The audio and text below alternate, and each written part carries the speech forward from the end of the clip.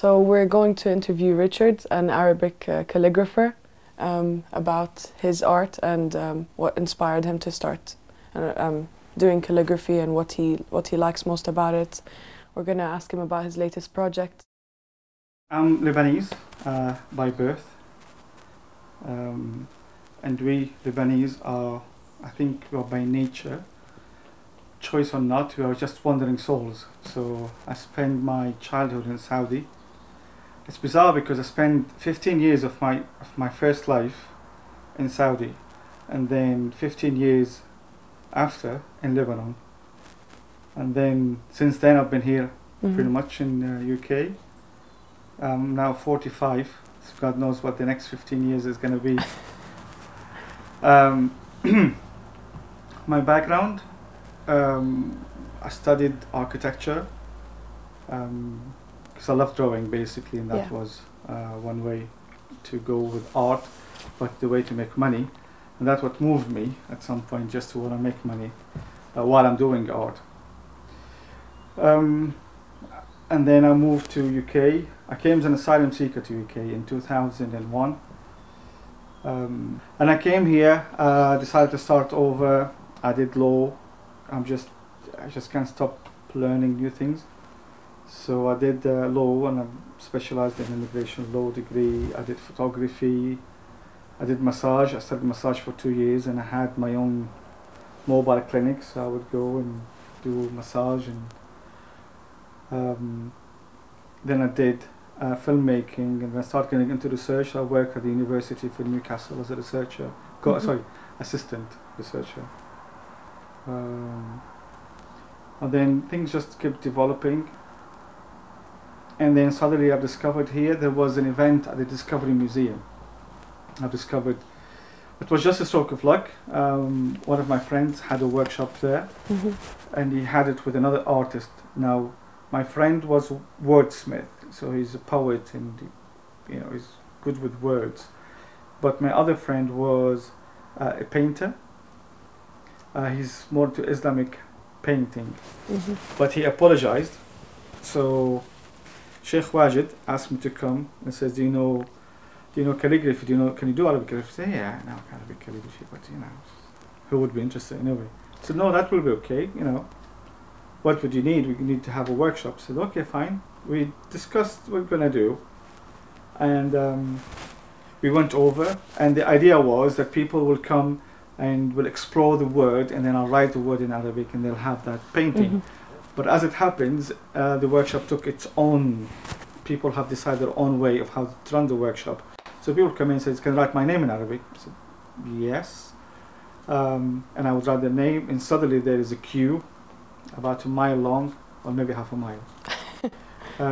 And my friend ended up just manning the queue, and it was from there the organization took notice of my capabilities, and I got some funding, and I started working, and a year later I decided to be a full-time calligraphy artist.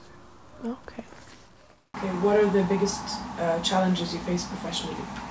I can think a few, but probably I'm my worst enemy, and then this is my worst challenge, my biggest challenge. At the minute, this year, I've took 2018 to stop working, so I've closed the doors of my business. I even closed my office. I had office in the city. I've closed that. And the whole idea is now that we need to do rebranding, because my business model was built more around me, and now, alhamdulillah,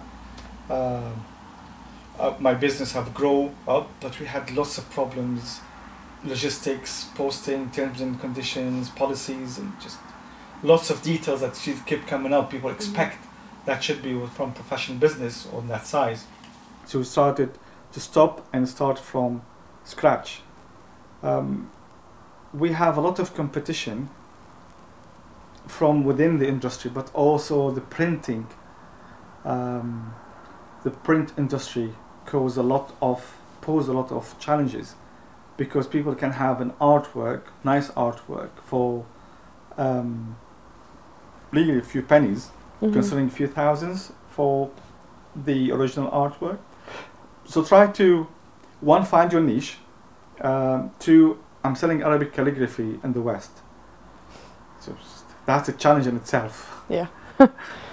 Your market is so limited if you want to sell to Arabs, and that's part was of my studies and my masters.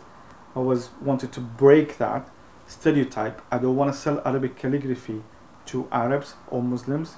I had an exhibition in Washington, D.C., USA, in 2009, I think. And I've sold artwork there only to non-Arabs and Muslims. I even sold Islamic verses, Quran verses to Afro-Americans. Wow, that's impressive. And they work in Africa, they work in companies to dig out water and what have you. But they were moved by the art and the little touches that I made. And that's my target. That's a challenge, but that's my target. Mm-hmm. The other challenge is me, because I do a lot. So not just painting, but there's lots of subcategories into this. So you got the greeting cards, t-shirts, posters, jewelry. Designing now my own line of jewelry, which is hopefully in 2019 we'll launch it. Mm-hmm. And there's a lot to do and in focus. I can talk a lot, as you can tell. Which is good for us. But I think a lot. So I want to write books. I want to do books. Hassan Masoudi is a really good example and good motivator. He writes little books about the garden of calligraphy, and he just make different paintings and get different quotes, and just each 2 pages when you open them, they are just a painting and beautiful. And I want to make that, and I do this, and I want to do a lot. So probably time is also a challenge, and just be focused and do one thing after another after another. Mm-hmm. Yeah, so that's the challenges. What's your favorite place to see art? Like, do you have any favorite museum or anything?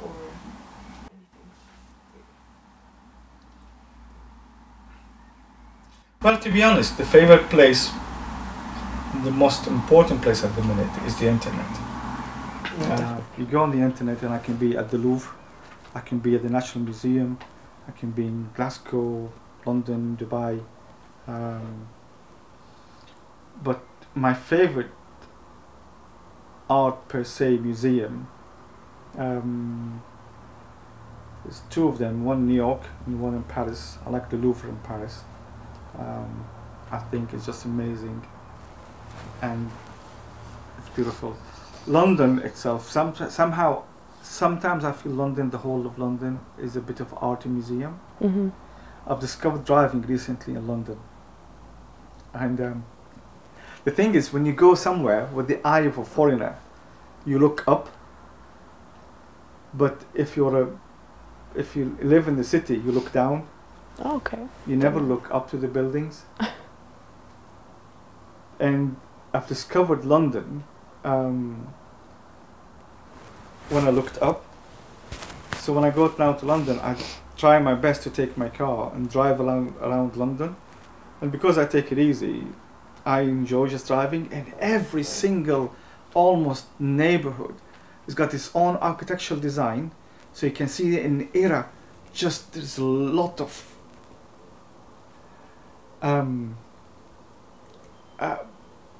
mosque there.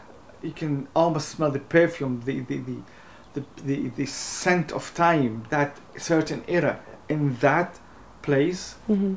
And the way it's been repeated in different arches or windows or Romeo and Juliet balconies or the entry or and the people little modifications. There are some places are disastrous, but that's by the by.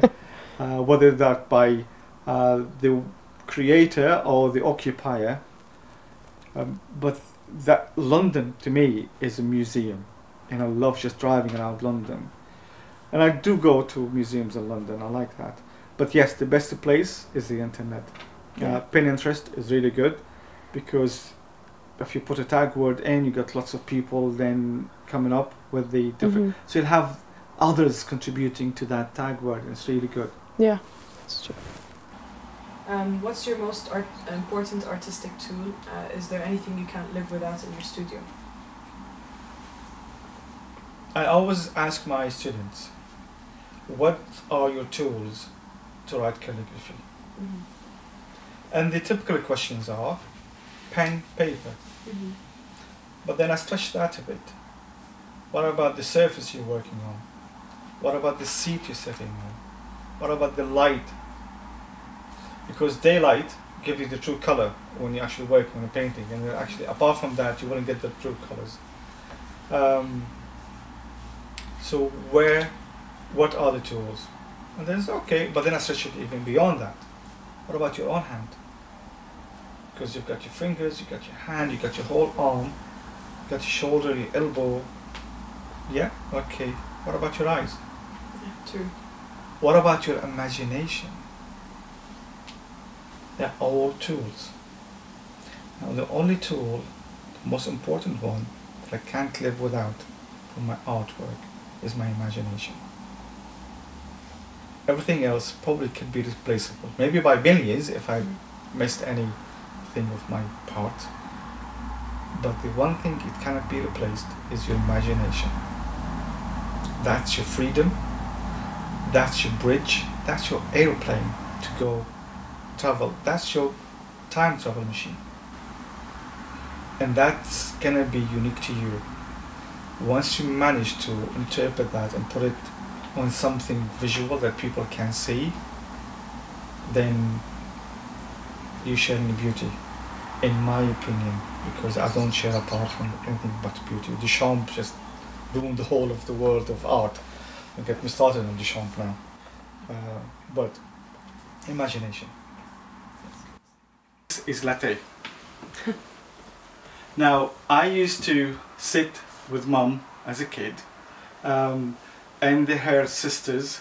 I had about 10 aunties and the neighbors, so can imagine if some of the sisters and the aunties are together, and the neighbors, it's quite massive crowd.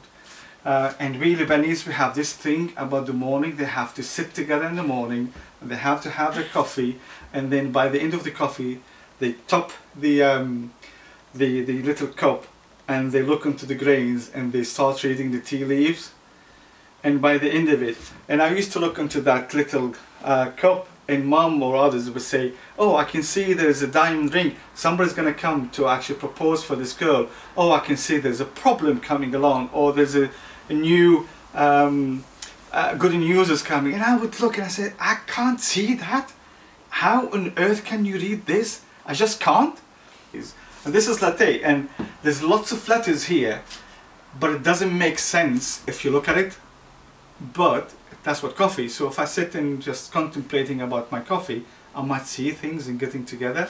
Having said that, I have a few messages here. So there is the letters of the ha, and this is the letter ba, and that says love in one word. So I only have the print now of it, and that's about the doomsday. It's another epic, and the imagining that day, it's just out of imagination, really. It's hard to imagine, but try to go with what the Holy Script says. This is where the people all over each other, so each letter is a person, and I painted in a way that almost illustrate the muscles of the letter, just like when you illustrate naked people, so you show the muscles, tones, and the shadows. So each letter been written in that way, been painted in that way, and the whole focal point is heading towards the last meme, because in the Islamic Holy Script says that none of the prophets will be able to vouch for the people with the Lord to allow people into heaven. So Muhammad becomes the people's kind of gateway into heaven because he vouched for them. So they all end up being going to Muhammad, which is the last meme, to go into heaven, where now you see the purple is more pinky, it's more lighter, it's more vivid, and nicer. But they have to go through this pain, which is the lots of yellow. And here, down in the gutters, got all the mud, you got all the sweat, got all the pain. And as I said, the muscle tone, and people just climbing on each other. So the 3D painting, and they're going all the way, hopefully, to where there's peace and happiness.